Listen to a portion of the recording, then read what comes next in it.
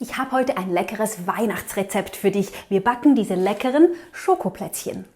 Die enthalten fast kein Mehl, dafür Mandeln und vor allem leckere Schokolade. Die Zubereitung ist einfach, wir müssen den Teig nicht kühl stellen, sondern können direkt Plätzchen ausstechen. Wir backen die jedes Jahr und ich verrate dir all meine Tipps und Tricks. Brunsli sind eines der typischen Schweizer Weihnachtsguetzli. Schokolade und Schweiz, das passt einfach gut.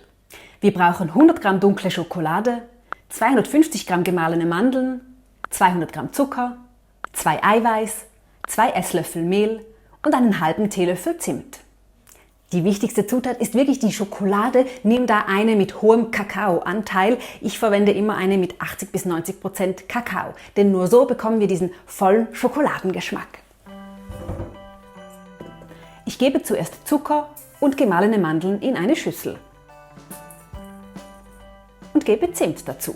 Wenn du schon mehrere Lifehackerin-Videos gesehen hast, dann weißt du vermutlich, ich liebe Zimt. Und deshalb hat mein Basler Brunsli-Rezept auch mehr Zimt drin als das Originalrezept. Da ist es nämlich nur eine Messerspitze voll. Du kannst also auch weniger Zimt nehmen oder den Zimt ganz weglassen. Auch das Mehl dazugeben und die trockenen Zutaten mischen. Nun breche ich meine Tafel Schokolade in Stücke und gebe sie in eine Schüssel. Die kommt so über einen Topf mit heißem Wasser und wird langsam geschmolzen. Lieber langsam als schnell. Denn die Schokolade könnte bei zu hoher Temperatur anbrennen. Daher immer mal umrühren und den Topf zwischendurch allenfalls kurz anheben, damit etwas Hitze entweichen kann. Wenn die Schokolade fast vollständig geschmolzen ist, Schüssel wegnehmen. Die Wärme reicht aus, um den Rest auch noch zu schmelzen.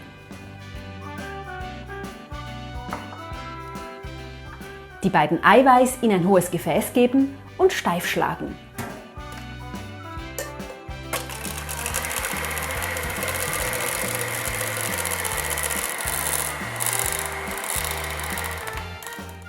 Wenn du nun das Gefäß umdrehen kannst, ohne dass der Eischnee rausfällt, ist das Eiweiß genug geschlagen. Die beiden Eigelb verwende ich übrigens gerne für ein anderes typisches Schweizer Weihnachtsguetzli-Rezept, Mailänderli. Mein fast schon uraltes Rezeptvideo dazu findest du hier. Mailänderli brauchen 3 ganze Eier, man kann aber auch gut 1 Ei und 3 Eigelb verwenden und so kann ich zwischen verschiedenen Weihnachtsplätzchenrezepten schauen, dass es puncto Eigelb und Eiweiß gut aufgeht.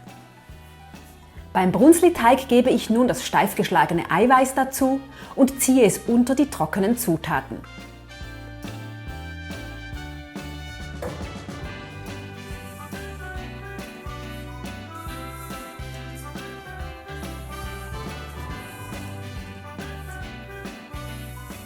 Zum Schluss kommt noch die geschmolzene Schokolade dazu. Jetzt wird daraus ein richtig schöner schokoladiger Plätzchenteig.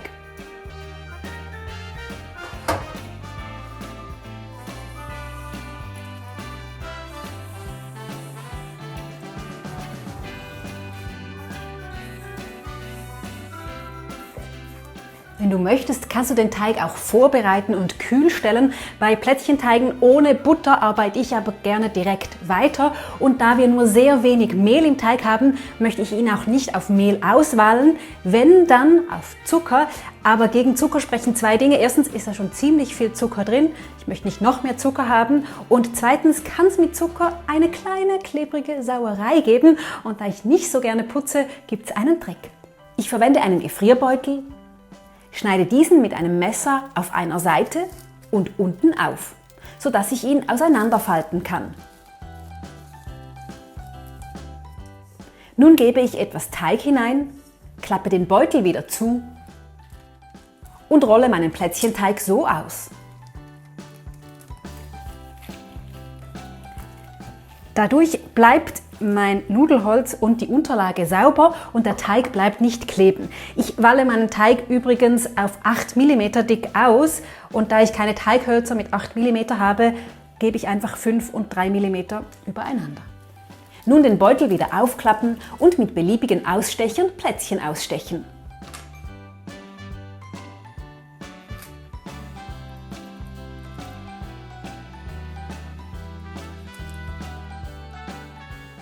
Zwischen den Plätzchen tunke ich den Ausstecher in etwas Zucker. So kleben die Plätzchen weniger am Ausstecher und ich bekomme ein kleines, schönes Zuckerrändchen auf den Plätzchen, das auch nach dem Backen zu sehen ist.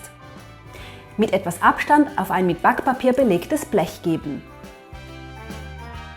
Falls die Schokoplätzchen auf der Unterlage kleben bleiben, nutze ich einen Spachtel oder eine Palette, um das Plätzchen aufzuheben und aufs Blech zu geben.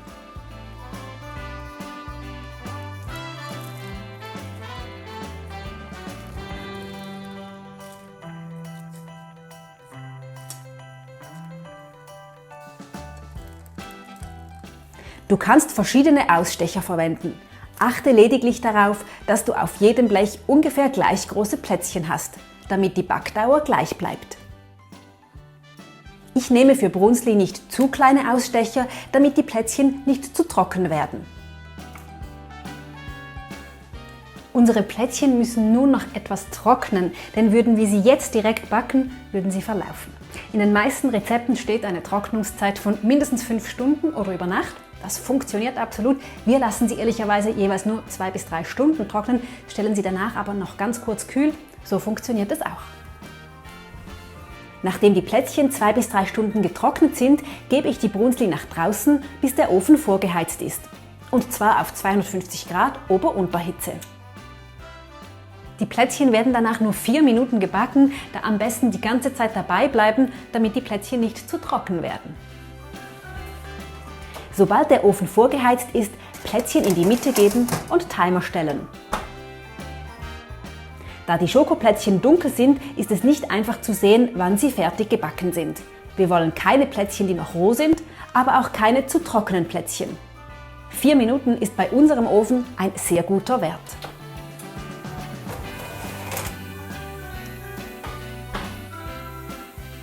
Die Plätzchen sind beim Rausnehmen noch eher weich, aber sie härten beim Auskühlen noch aus. Nach ein paar Minuten schiebe ich sie vom Blech, damit sie rundherum auskühlen können.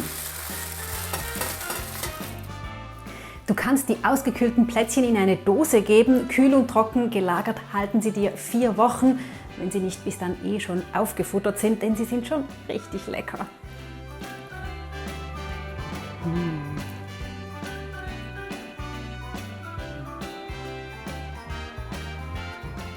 Lecker schokoladig, fest, aber nicht trocken, genauso wie sie sein müssen.